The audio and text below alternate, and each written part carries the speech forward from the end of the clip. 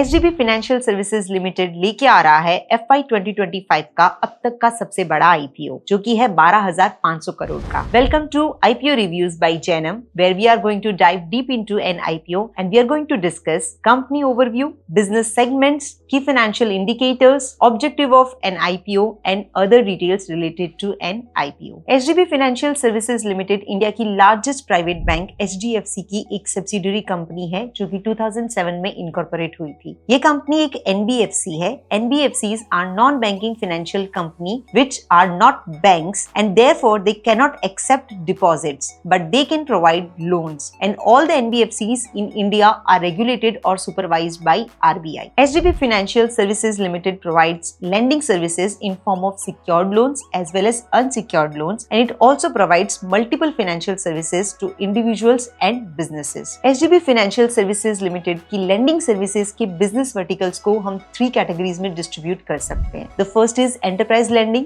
the second is assets lending and the third is consumer finance. Enterprise lending के अंतर्गत company MSMEs को multiple business needs के लिए secured और unsecured loans provide करती है. Assets lending के अंदर कंपनी customers को डिफरेंट इनकम जनरेटिंग एसेट्स जैसे कि vehicles, tractors and construction equipments को बाय करने के लिए सिक्योर्ड लोन्स प्रोवाइड करती है। और कंज्यूमर फाइनेंस के अंडर कंपनी कस्टमर्स को उनकी पर्सनल नीड्स के लिए लोन प्रोवाइड करती है, for example purchase of a vehicle और परचेज ऑफ अ डिजिटल और लाइफस्टाइल प्रोडक्ट। लेंडिंग सर्विसेज के साथ साथ कंपनी अदर फाइनेंशियल सर्विसेज भी प्रोवाइड करती है, which majorly includes BPO services. BPO is business process outsourcing, जहां कंपनी अदर कंपनीज के मल्टीपल बिजनेस प्रोसेस से रिलेटेड सर्विसेज प्रोवाइड करती है, which includes back office support services, collection services and sales services, and these all services increases the efficiency of customer service of any other company. अब हम बात करेंगे company की distribution network की। HDB Financial Services Limited has a pan-India distribution network and it employs an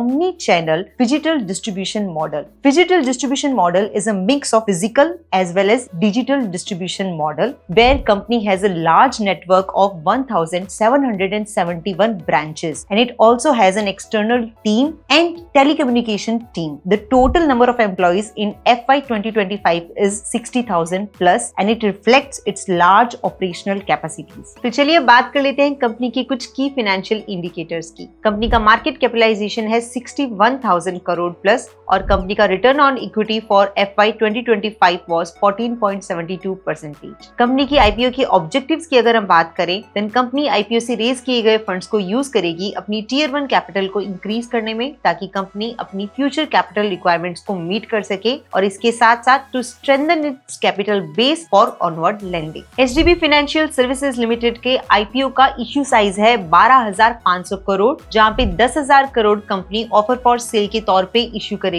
और 2,500 crore company का fresh issue होगा। Company का आईपीओ ओपन होगा 25 जून को और क्लोज होगा 27 जून को। The tentative listing date is 2 July. अगर आप भी इस आईपीओ में इंटरेस्टेड है तो इससे जुड़ी कुछ इंपॉर्टेंट बातें ध्यान में रखिए। The lot size is 20 shares. The face value of per share is also ₹20। Price band is 700 to 740 rupees, जहां अगर आप 740 की कट ऑफ प्राइस पर बिडिंग करते हैं तो एक लॉट के लिए आपका इन्वेस्टमेंट होगा 14,800 रुपीज। ये IPO HDB financial services limited के एम्प्लॉइज के लिए as well as HDFC bank के शेयर होल्डर्स के लिए भी एलिजिबल है। What are your thoughts about this IPO? Do let us know in the comment section given below. Securities market में निवेश बाजार जोखिमों के अधीन है। निवेश से पहले सभी संबंधित दस्तावेजों को ध्यानपूर्वक पढ़ें।